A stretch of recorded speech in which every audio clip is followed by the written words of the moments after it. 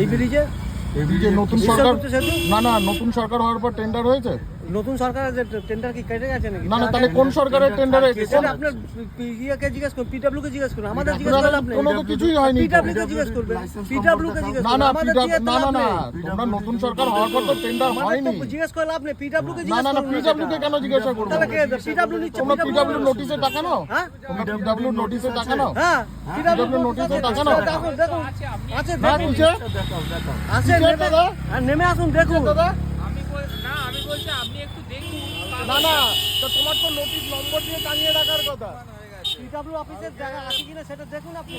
কি দাদা কালকে সবাই এসেছিল, বলে দিয়ে গেছে সেটা লাগান, আমরা নিশ্চয়ই দেবো। করে দিয়ে গেছে আর আপনাদের আমাদের পিডব্লিউ অফিস থেকেও করে দিয়ে গেছে, এটা বৈধ টোল। আপনি একটুখানি দেখুন। না আপনারা লাগান না, টেন্ডার নাম্বার দিয়ে লাগান। কেন দেবো না? টেন্ডার নাম্বার দিয়ে, নতুন টেন্ডার নাম্বার দিয়ে লাগান। নতুন টেন্ডার সরকার করবে তারপর তো নতুন তারপরে টেন্ডার দেবো। তার জন্য এটা কি বন্ধ থাকবে না? না তারপরে নিশ্চয়ই এটা দেবো। বন্ধ হবে, এটা বন্ধ তারপরে নিশ্চয়ই দেবো। নতুন সরকার হলে PW সব তারপরে নিশ্চয়ই দেবো। আপনি বলছেন যে তাহলে সব না বন্ধ থাকবে? তারপরে নিশ্চয়ই দেবো দাদা। নতুন তাহলে টেন্ডার নাম্বার দিয়ে এখন যেগুলো সব বন্ধ থাকবে তাহলে অবশ্যই থাকা উচিত। যেটা আছে অবশ্যই থাকা উচিত। 10 টাকার জন্য তো যেই না উনি যেমনি না তুমি বলো না। 10 টাকাটা স্যার বড় নয়। না 10 টাকাটা বড় নয়, এইভাবে টাকাটা নেওয়াটা বড় কথা।